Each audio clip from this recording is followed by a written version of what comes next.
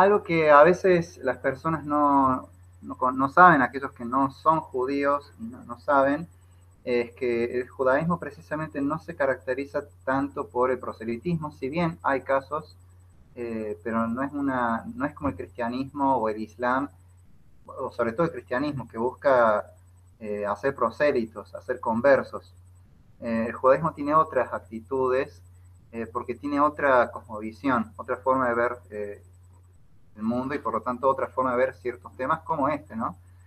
Eh,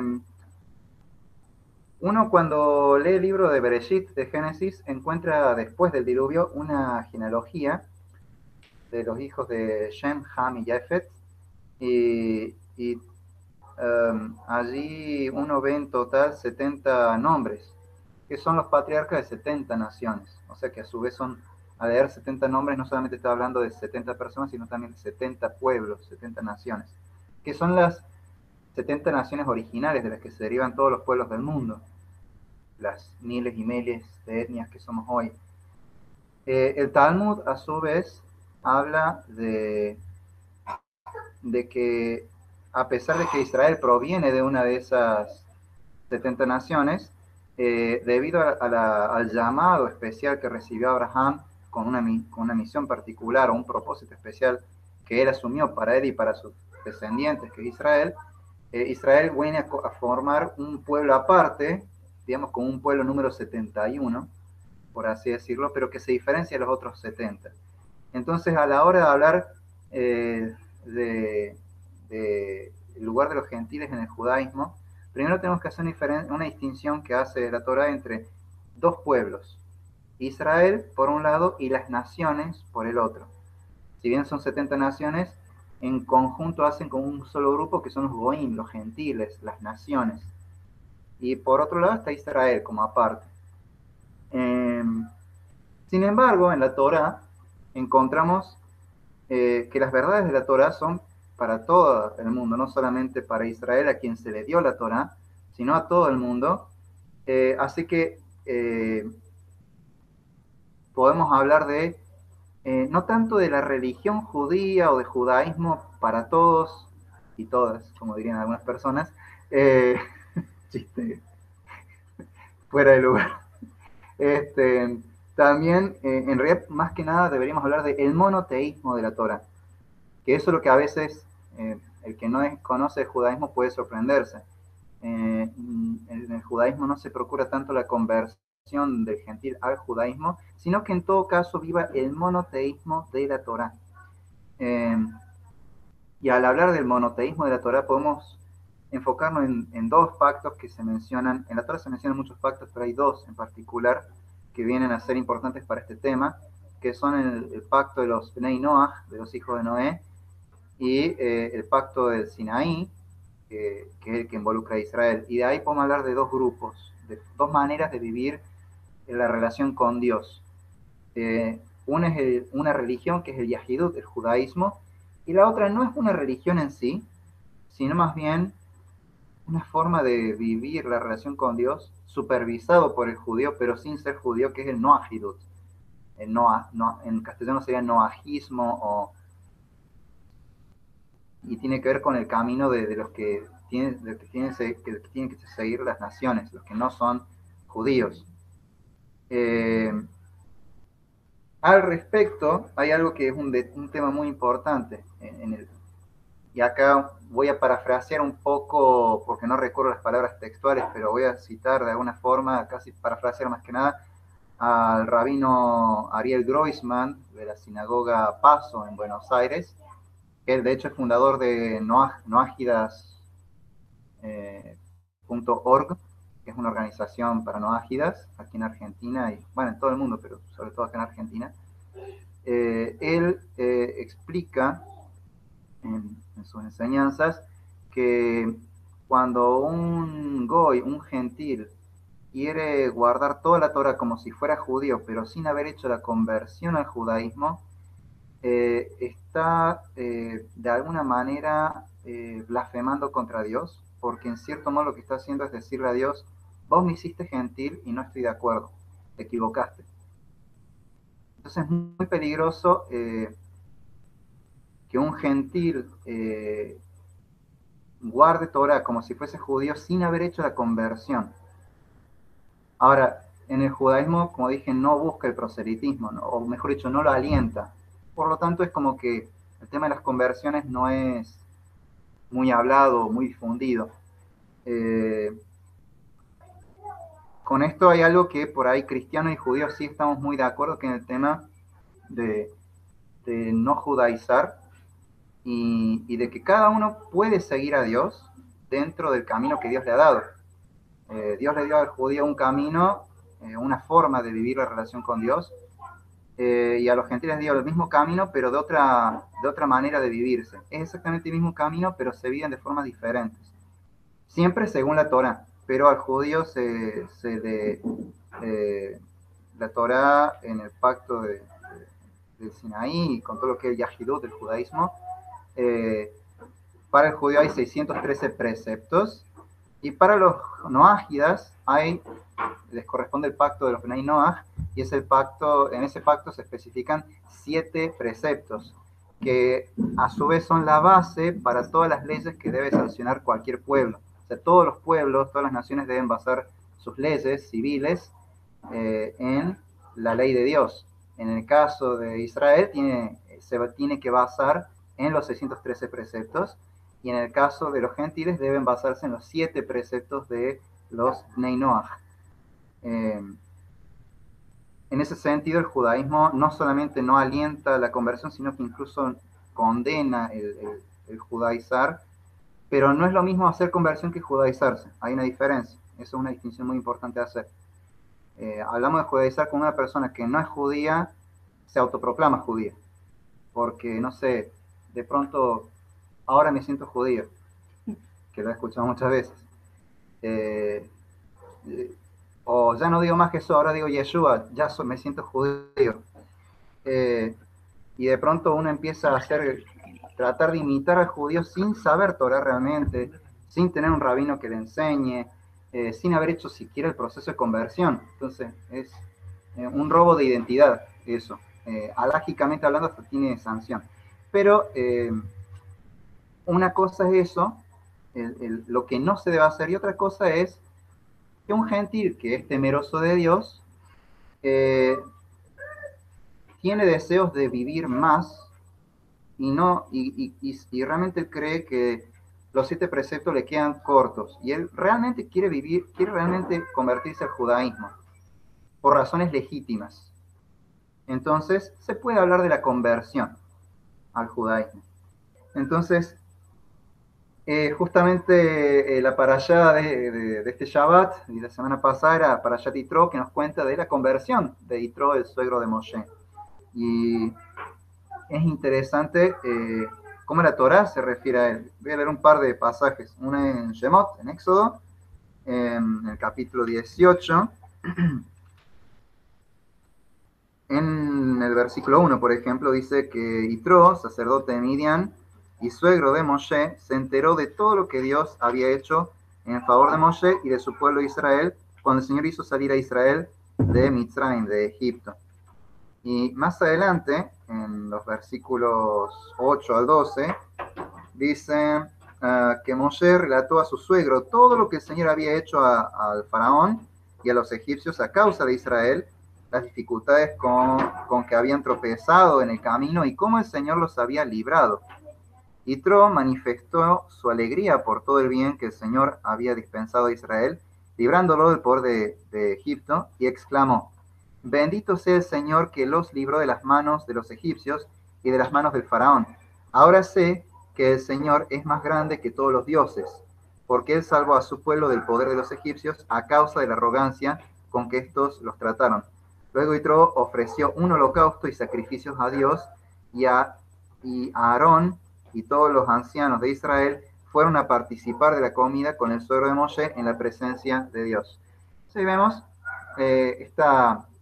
que la Torá al principio habla de Yitro como sacerdote de Midian y suegro de Moshe.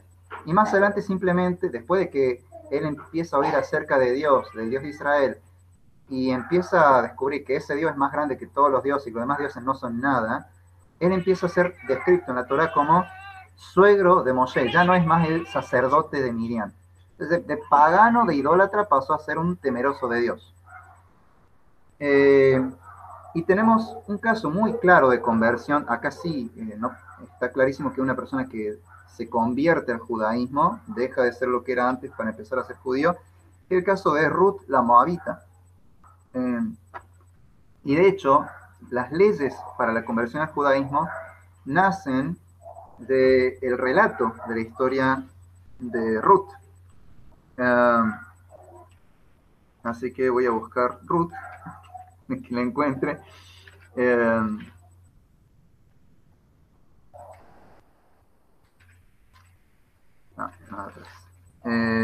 Ruth el capítulo 1 es básicamente.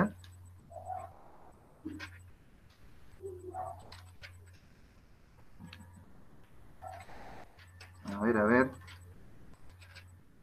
No llego a Ruth nunca.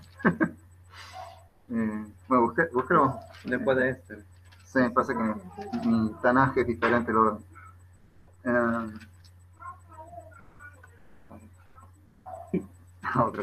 Bueno, voy contando mientras tanto. En Ruth, en el capítulo 1, los versículos 7 al 18, se nos cuenta lo que pasa cuando su suegra queda viuda, sus hijos han muerto también, así que Ruth y su concuñada también quedan viudas.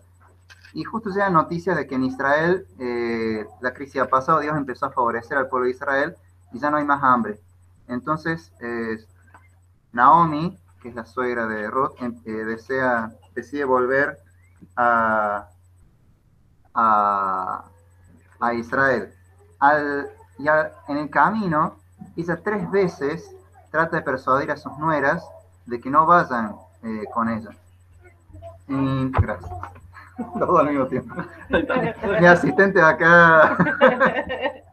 Entonces, las 3 veces ella intenta persuadir que no vayan con ella a Israel. Y bueno, una nuera se va. La primera vez, ninguna de las dos se quiere ir. La segunda vez se va una. Y la tercera vez,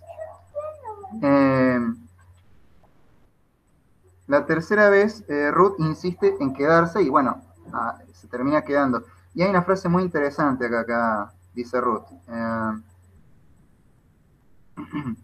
En el versículo 16, Ruth le respondió a Naomi: no insistas en que te abandone y me vuelva, porque yo iré a donde tú vayas y viviré donde tú vivas.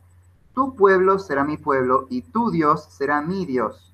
Moriré donde tú mueras y allí seré enterrada. Que el Señor me castigue más de lo debido si logra separarme de ti algo que no sea la muerte. La frase que clave es: tu pueblo será mi pueblo y tu Dios será mi Dios. Cuando hablamos de conversión al judaísmo, hablamos de algo que va mucho más allá de la conversión en el sentido como lo entienden otras religiones. No es como en el Islam, que vos directamente decís una declaración de fe y automáticamente ya sos musulmán. No es como en el cristianismo, que te echan agüita y ya sos cristiano, sino que en el judaísmo vos literalmente decidís dejar de ser gentil para pertenecer al pueblo judío y decidís dejar de tener la religión que tenías para empezar a tener la religión judía. Entonces es mucho más que simple decir me cambié de religión. Convertirse al judaísmo no es solamente cambiarse de religión, es cambiar de pueblo, de cultura, de idiosincrasia, de cosmovisión, de ciudadanía en cierto modo también.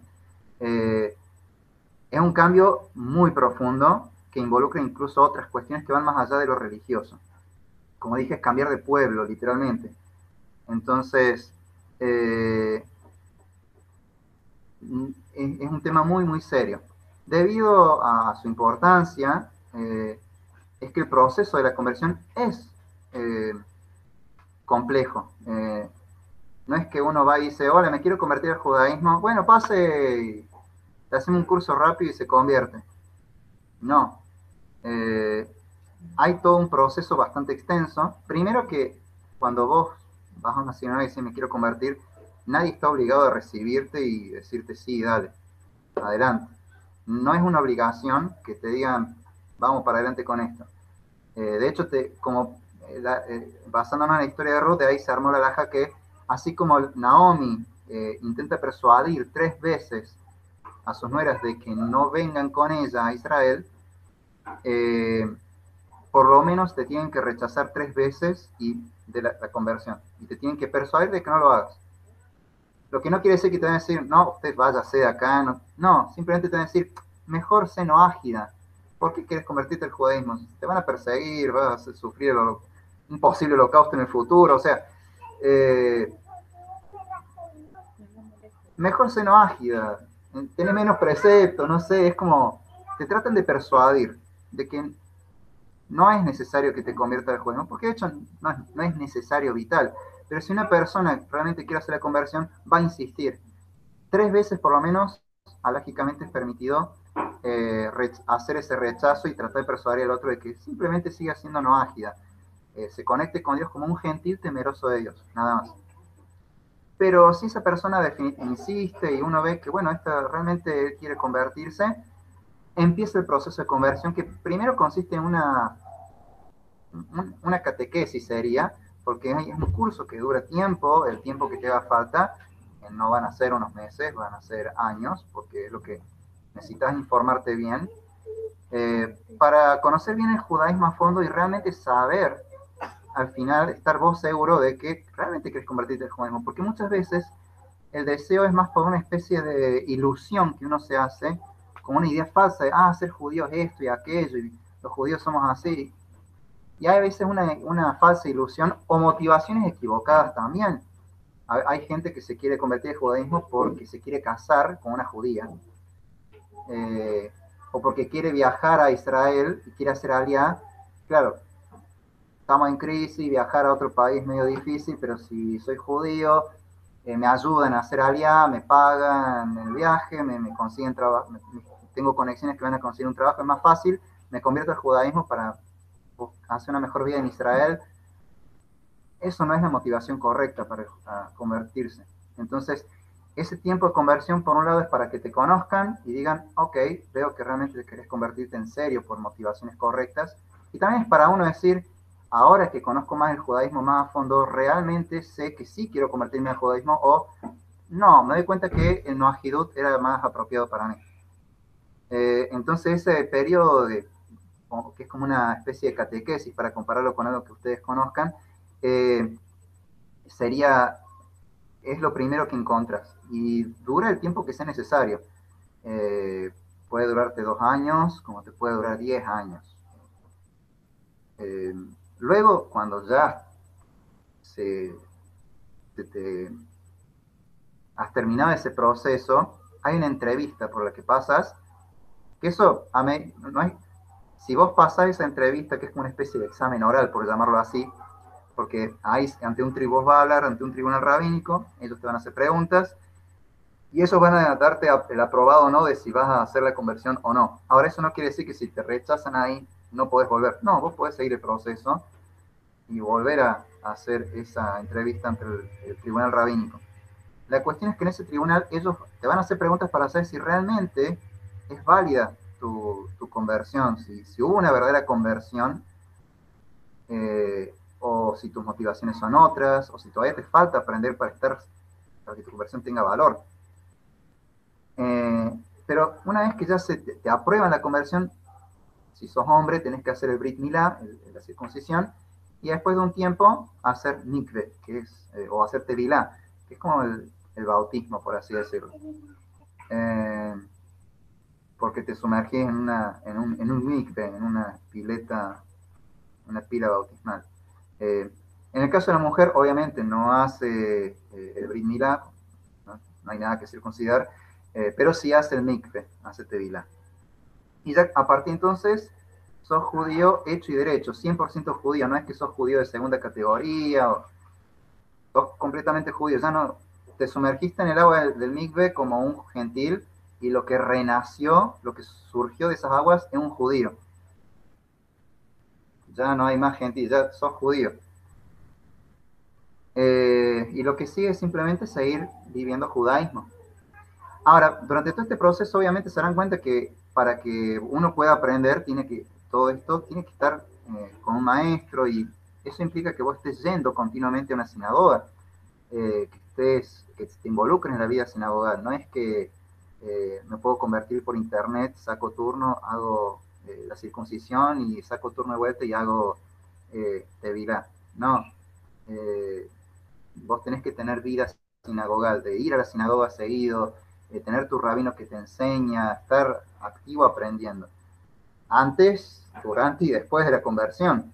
Eh, Ahora, acá en Argentina las conversiones fueron prohibidas hace mucho, fue allá por el 1800, debido a una serie de problemas porque hubo muchos gentiles que empezaron a hacer conversiones al judaísmo, o sea, empezaron a solicitar la conversión al judaísmo y en esa época se daba libremente la conversión, siguiendo la halajá, pero no era tan quizás rigurosa como ahora, y muchos terminaban convirtiéndose y con el pasar de los años se descubría que esa persona que hizo la conversión no lo hizo por los motivos correctos. Típico caso era para casarse con alguien que era del judaísmo y, claro, para poder casarse tenía que ser judío. Entonces, eh, se convertían para poder casarse con un judío, u otros que se casaban para hacer alianza. Eran los casos, los motivos equivocados más normales. También hubo un caso, y eso fue determinante, cuando una vez alguien que había hecho conversión al judaísmo pasaron los años, muere esta persona, y en el funeral no, en el velatorio, ven que en sus manos tenía un crucifijo. Y cuando, obviamente, hubo unas preguntas ahí, y dije, bueno, en realidad esta persona siguió siendo católica en secreto, en su casa, nada más que, bueno, para poder casarse con su cónyuge judío, hizo la conversión. Entonces, cuando eso pasó, todo este suma de casos así similares hizo que se prohibieran las conversiones en Argentina. A fines de la década del 90, la comunidad conservadora, o sea, la Masortí, que no son ortodoxos, sino ni tampoco extremos liberales, reformistas, sino un punto intermedio, son liberales pero más tradicionalistas. La rama conservadora sí reinició las conversiones y de hecho hacen conversiones seguido. De modo que ponerle a alguien de acá que esté escuchándonos quiere hacer la conversión al judaísmo, puede ir a hablar con el Centro Unión y va a empezar el proceso. Ellos hacen conversiones. Ahora, la conversión va a tener validez dentro del grupo en el que uno esté. Si la conversión te la hace un judío reformista, solamente los reformistas van a reconocer tu judaísmo. Si la conversión la hiciste por la rama conservadora, que es un poco más observante que la reformista, tu conversión la reconocen los conservadores y los reformistas, y si tu conversión es ortodoxa, la van a reconocer todos. Así que dependiendo del grado de ortodoxia, tu conversión va a tener mayor o menor validez. Y eso es un detalle importante, porque por ejemplo yo he sabido de congregaciones mesiánicas en Buenos Aires que hacían conversiones, pero no tenían ninguna validez eso. Ni para el ortodoxo, ni para el conservador, ni para el reformista, y ni siquiera tampoco para otros mesiánicos. Y el problema es que mucha gente por años, después de hacer eso, pagó y pensaron, bueno, soy judío, y un día cuando quisieron hacer aliá, se dieron con que no eran reconocidos. Entonces se sintieron estafados. Y hay que tener cuidado con eso. Por eso es importante saber bien estas cuestiones. Y también uno decir, bueno, si yo quiero hacer la conversión al judaísmo, dentro de qué rama lo voy a hacer, porque dependiendo de eso, ¿quién me reconoce como judío? ¿Me reconoce el Estado de Israel? ¿Me reconoce una sola sinagoga o varias sinagogas? ¿O todas? Entonces, es también una cuestión, eh, tiene su peso legal y también una cuestión personal de no sentirse engañado. Entonces uno tiene que estar bien informado y saber bien de esta cuestión, porque como dice el dicho, cuentas claras conservan la amistad. Así que es mejor estar bien informado para esto. Ahora, ¿qué pasa si alguien cree que quizás la conversión al judaísmo es demasiado y dice, no, prefiero ser un gentil temeroso de Dios, pero no convertirme al judaísmo? Bueno, a él le corresponde los 7 preceptos de los Bnei Noah, de los hijos de Noé. ¿Cuáles son esos preceptos y en qué pasaje bíblico están basados? Esa es la pregunta que muchas veces me hacen. ¿En qué parte de la Biblia están las leyes de Noé? Bueno, las leyes de Noé están en Bereshit, Génesis, en el capítulo 9, en los versículos 1 al 7. La última parte del capítulo 8 y lo que es el capítulo 9, versículos 1 al 17, nos cuenta todo lo que es el pacto noágida, el pacto que Dios hace con Noé y por medio de él con todas las naciones, con todos los gentiles. Y en el capítulo 9, en los primeros 7 versículos, encontramos lo que serían las 7 leyes noágidas. De ahí se derivan. Tanto el Talmud como otros textos rabínicos lo desglosan y lo explican de una forma mucho más sistemática.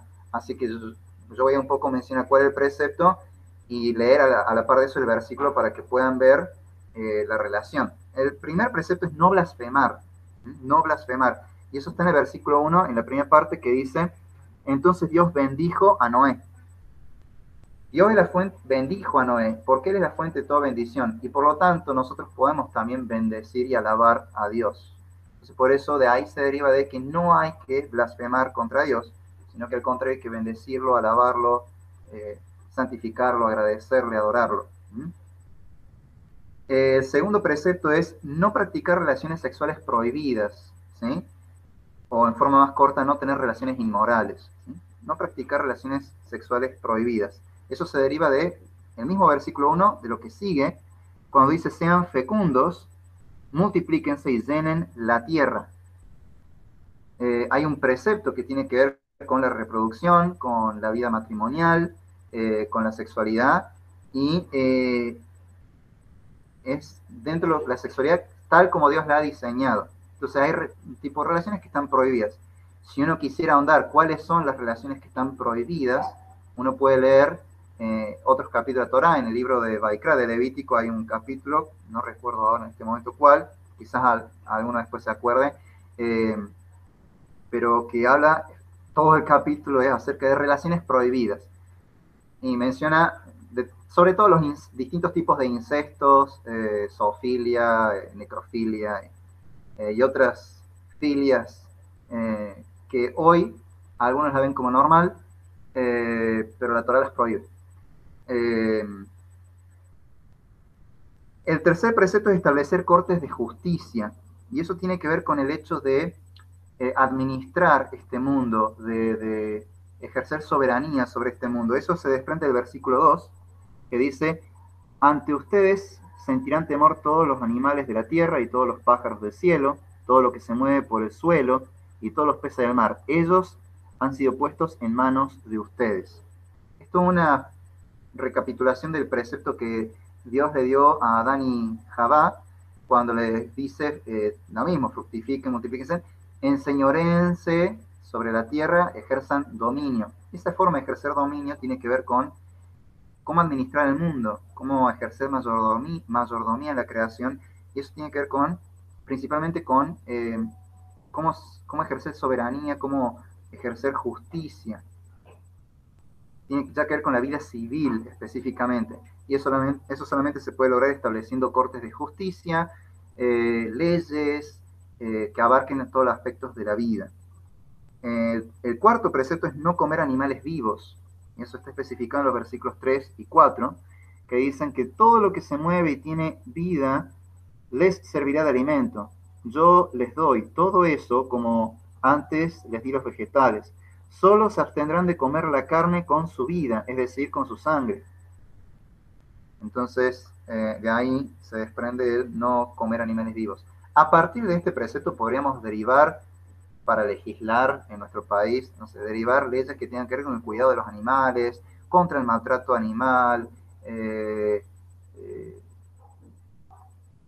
Podemos pensar en otras cuestiones más de tipo ecológicas también.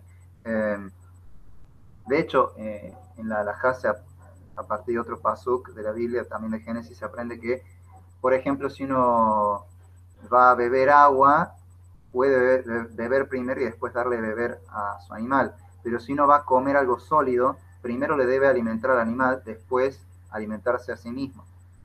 Porque un alimento lleva más tiempo de preparación, de comer. En cambio, beber agua lo haces en un segundo y ya está. Por eso, la idea es no dejar que el animal pase hambre, que no sufra. ¿Sí? Bueno, todo eso tiene que ver con, son derivados de este precepto de no comer animales vivos. Y de ahí se pueden derivar muchas cosas que tienen que ver con el cuidado de todos los animales, de la naturaleza, básicamente. El quinto precepto es no asesinar. Esto se deriva del versículo 5, la primera parte, que dice, a ver, y yo pediré cuenta de la sangre de cada uno de ustedes. Eh, de vuelta, si, ahí se entiende que si Dios va a pedir cuenta de que quita la vida de otra persona, pues es porque está prohibido asesinar. Es una versión preliminar del no matarás. Inmediatamente después, en ese mismo versículo, viene el sexto precepto, que es no robar. Este es un poco más difícil de verlo a simple vista, pero dice, pediré cuenta de ella a todos los animales y también pediré cuenta al hombre de la vida de su prójimo. Esto es un poco más difícil de entenderlo, porque uno diría, bueno, sigue hablando de no matar. Sí, es verdad, pero también habla de pedir cuenta de la mano de alguien más. Eso está más relacionado con el tema de las posesiones, la propiedad privada, entonces también de ahí se deriva el no robar. Y el último de todos, que está explicado acá en el versículo 6, en la segunda parte, casi al final del versículo 6, es no idolatrar. Ese es el séptimo precepto, y se deriva de la frase que dice, porque el hombre ha sido creado a imagen de Dios. Si el hombre ha sido creado a imagen de Dios, tiene dignidad. Pero aparte, ¿por qué tendría dignidad? Porque Dios es el ser supremo que es digno de toda honra y alabanza. Entonces, si al hombre tratamos con respeto porque en él está impresa la imagen de Dios, que eso quiere decir que Dios le ha dado al ser humano ciertas cualidades que Dios tiene también, como el amor, la bondad, el sentido de justicia. Si al hombre lo tratamos con el respeto que se le debe porque es creación hecha a imagen de Dios, a Dios cuanto más debemos honrarlo. Él es todavía más digno. Entonces está prohibida la idolatría.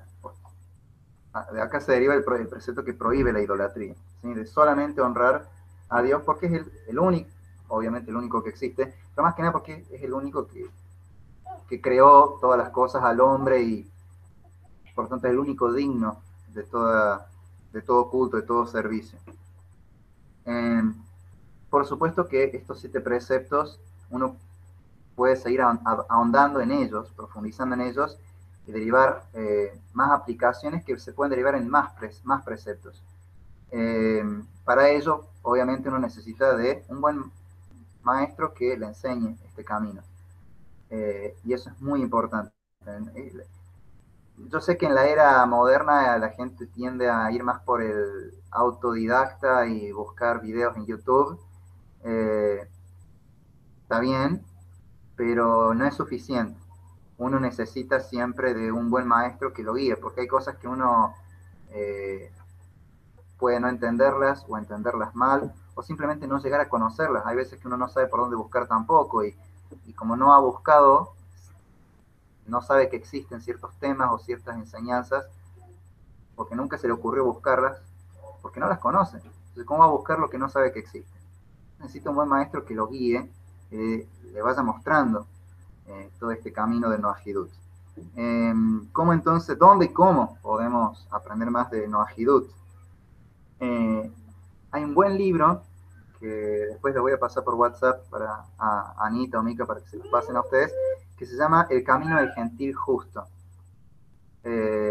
Ese libro explica en detalle estos 7 preceptos y también otros más adicionales que son el honrar a los padres y el dar tzedakah. eso es, si bien no son preceptos, parte de los preceptos no ágidas, también hacen a la vida recta, a la vida íntegra. Entonces se espera que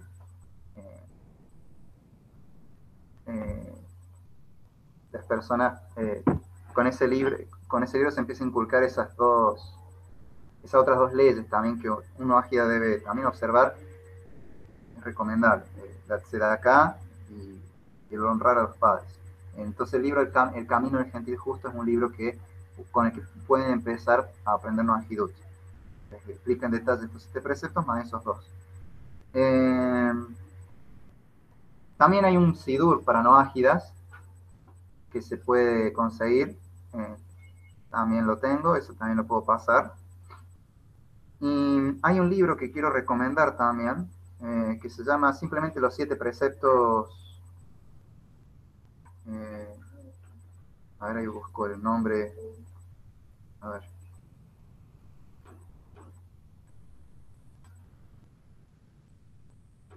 Los 7 preceptos de Noé, así se llama. Los 7 preceptos de Noé, ese sí lo van a, no le, creo que, bueno, no estoy seguro si lo tengo en PDF, creo que no. Me parece que no, todavía no se consigue en PDF, creo que en físico nada más. Bueno, eso después lo chequearé. Pero ese libro está escrito por los 7 preceptos de Noé, está escrito por un rabino de acá de Argentina que reside en Israel, es el rabino Aaron Schlesinger, que es un experto en Talmud, en Halajá, bueno, él ha trabajado mucho en lo que es el Noahidut. Este libro es, la verdad, muy bueno.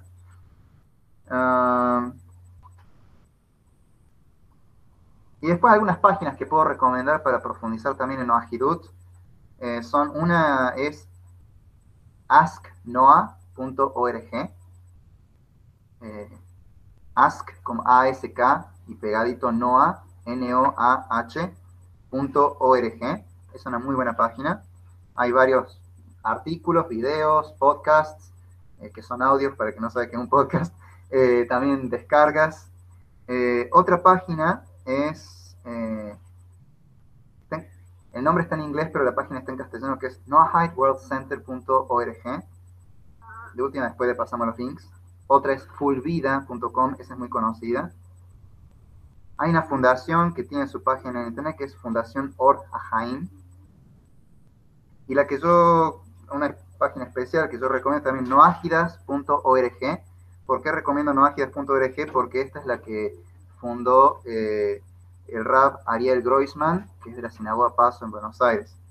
De hecho, él ofrece clases para noágidas por internet e incluso por WhatsApp, hay clases pregrabadas, uno puede contactarse con él y pedirle eso. Yo de hecho tengo su número. De última, si alguien está interesado, escribe un mensaje a la comunidad y le pasamos el dato.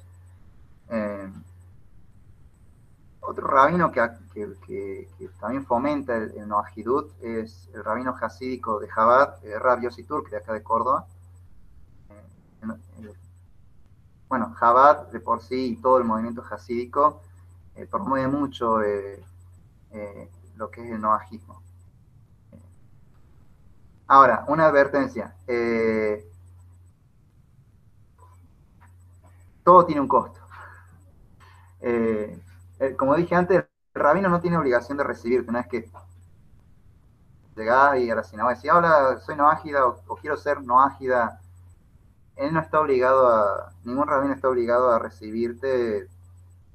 Puede pasar que a alguno lo rechacen, puede pasar. No es para desalentarse, en todo caso insistan, con respeto y demás, porque en realidad es mucho una estrategia también para ver, bueno, ¿este realmente quiere aprender o simplemente viene por moda, porque está ilusionado, pero no, después no, se va a ir y va a vivir como se le canta la gana? No, entonces muchas veces ese rechazo inicial es más como para poner a prueba a uno. Pero aparte tiene un costo eso, no todos dan gratis eso. Hay algunos que sí dicen, bueno, vení a la sinagoga en Shabbat, vení, aprendí a escuchar, yo te voy a ir explicando qué cosas te corresponden a vos, como no ágida, y hay otros que van a decir, tiene un costo. Vos querés aprender, pague. No es muy caro igual. Depende de quién, cuánto estén cobrando cada uno. Pero generalmente no es muy caro, es como pagarte un curso de idiomas de un mes. O sea, 2.000 y algo, 3.000, quizás 4.000 pesos como mucho. Es lo que te sale un curso de idiomas hoy en Córdoba, o sea, no, tampoco es tan caro el tema. Y lo que pagas es el curso entero, no es que pagas por cuotas todos los meses la misma monta.